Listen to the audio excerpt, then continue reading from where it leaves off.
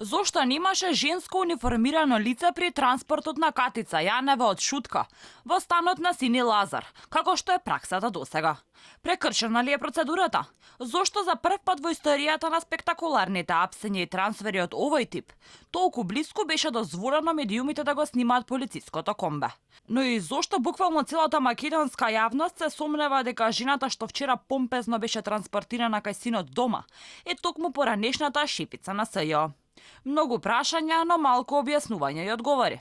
Но сепак со ред. Зошто немаше жена полицаец во придружбата?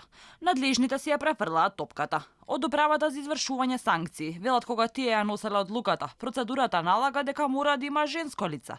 Но за овој конкретен случај, ни посочија одговор да побараме од судот. Тој одлучил Јанева да биде во куќен притвор. Но до почетокот на овие вести баравме одговор до апелација, но оттаму ништо освен молк. Вчера никој не ја виде во лице Катица Јанева.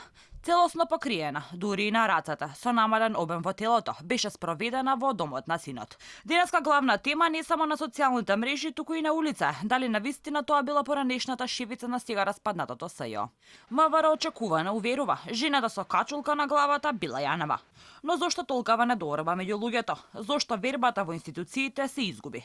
Има една, би рекол, символика во тоа, она што се не го покажува ликот во суштина, која да претпоставиме дека е Катица Јанева, тоа сето создава една голема сомнеш во функционирање на институциите на системот.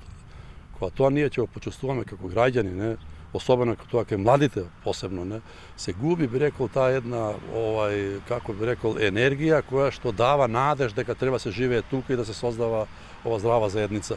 Тоа е она што најмногу не погодува во суштина, не тие што се по, да речеме, во години, а особено по младите. Маскирањето е несвојствено за екс-обвинителката. Жената која дури и на интервјуа беше транспарентна во својот израз. И не само тогаш, ама и кога прв пат ја ставија листици на рацете. Јанева не покажа ниту доза чекор да се сокрие. Напротив, се појави во црн фустан со цветови и лицето воопшто не го криеше. Не се криеше ни кога беше однесена во обвинителството за увид во доказите. Тогаш немаше марама на рацете, ниту качулка врз главата, туку напротив, беше облечена во тесно роза фустанче и со лисици на рацете кои не ги криеше.